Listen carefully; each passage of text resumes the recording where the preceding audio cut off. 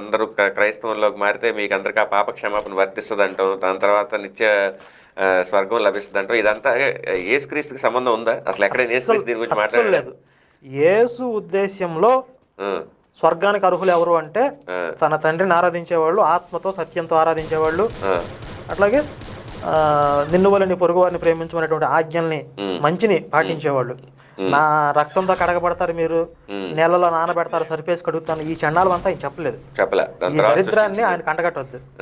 యేసు వేరు, క్రైస్తవం వేరు. యేసు వేరు, క్రైస్తవం వేరు. అందుకని యేసు రెస్పెక్టబుల్ పర్సన్ అని ఎప్పటి నుంచో చెప్తున్నాను.